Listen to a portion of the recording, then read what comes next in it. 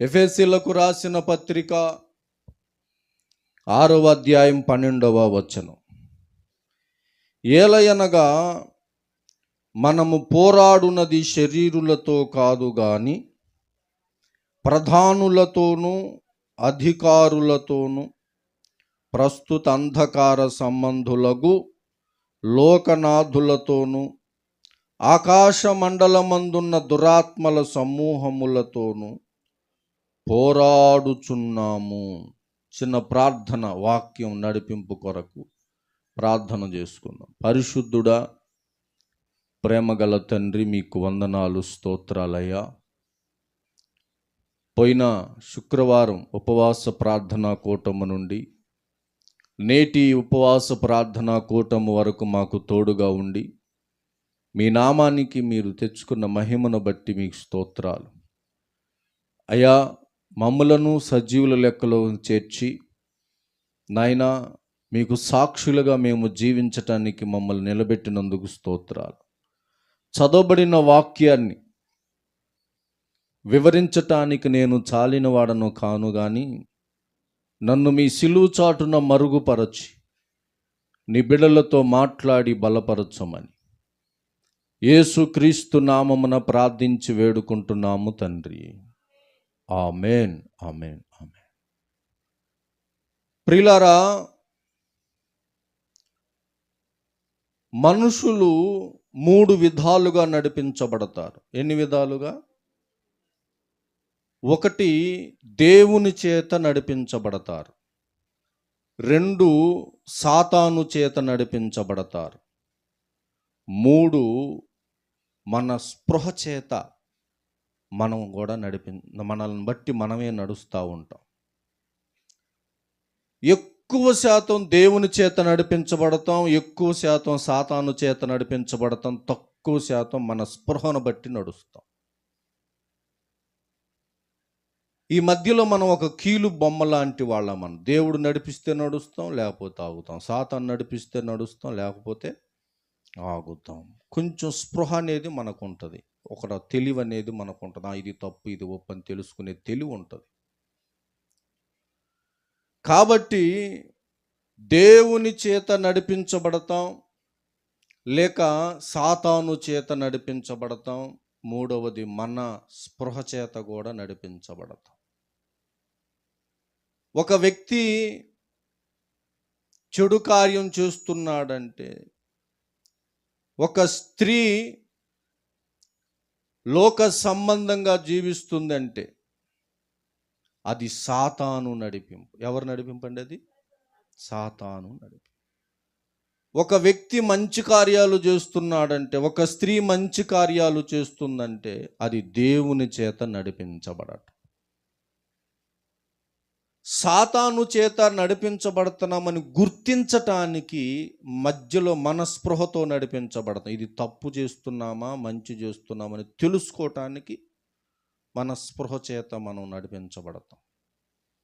కాబట్టి ఇప్పుడు చదివిన వాక్యములో మనం ఏలయనగా మనము పోరాడునది శరీరులతో కాదు గాని ప్రధానులతోనూ అధికారులతోనూ ప్రస్తుత అంధకార సంబంధులకు లోకనాథులతోనూ ఆకాశ మండలమందున్న దురాత్మల సమూహములతోనూ పోరాడుచున్నాం. మనము పోరాడేది, గొడవాడేది మనుషులతో కాదు. ఎందుకంటే ఆ చెడు కార్యాలు, ఆ చెడ్డ పనులు, చెయ్యకూడని పనులు చేస్తుంది మనుషులు కాదు, సాతానే వాళ్ళ చేత చేపిస్తున్నాడు. సాతానే చేపిస్తున్నాడు. ఇప్పుడు మనిషిని తిట్టి ప్రయోజనం ఏముంది? మనిషిని కొట్టి ప్రయోజనం ఏముంది? ఇప్పుడు మనం ఏం చేయాలి? ఇప్పుడు భార్యాభర్తలే కొట్టుకున్నారు, దేవుడు కొట్టుకోమని చెబుతాడా? కొట్టిస్తాడా? సాతాను కొట్టిస్తాడు, సాతాను తిట్టిస్తాడు. ఇప్పుడు భార్యాభర్తల్ని మనం హేళన చేసి ప్రయోజనం ఏముంది? వాళ్ళు ఎప్పుడు గొడవ ఆడుకుంటారు, వాళ్ళు ఎప్పుడు తిట్టుకుంటూ ఉంటారు, వాళ్ళు ఎప్పుడు కొట్టుకుంటూ ఉంటారు, వాళ్ళు ఎప్పుడు రోడ్డును పడుతూ ఉంటారు. ఆ భార్యాభర్తలు మంచోళ్ళు కదా అలాంటి అని వాళ్ళని ప్రయోజనం లేదు. వాళ్ళని ఆటాడిస్తున్న సాతానుతో మనం పోరాడాలి. అందుకని మనం పోరాడేది శరీరులతో కాదు. సాతాను ఇక్కడ మనం చదివిన వచనంలో ప్రధానుడుగా ఉన్నాడు, అధికారిగా ఉన్నాడు, అంధకార సంబంధము లోకనాథుడుగా ఉన్నాడు, ఆకాశ మండలం దురాత్మల సమూహాలకి యజమానుడుగా ఉన్నాడు. వాడేం చేస్తాడంటే ఇంటింటికి ఒక్కొక్క దూతను పెడతాడు కాపలా. భార్యాభర్తల మధ్య సమాధానం లేకుండా చేయటం, అన్నదమ్ముల మధ్య సమాధానం లేకుండా చేయటం, ఇంటిలో సమాధానం నెమ్మది లేకుండా చేయటం, పాపం చేయటానికి ప్రేరేపించటం, ఇలా నాశనం చేయటానికి ఒక్కొక్క దూతను పెడతాడు. ఆకాశ మండలంలో ఉన్న సమూహాలు పనిచేస్తూ ఉంటే వాళ్ళందరికీ లీడర్ సాతాను.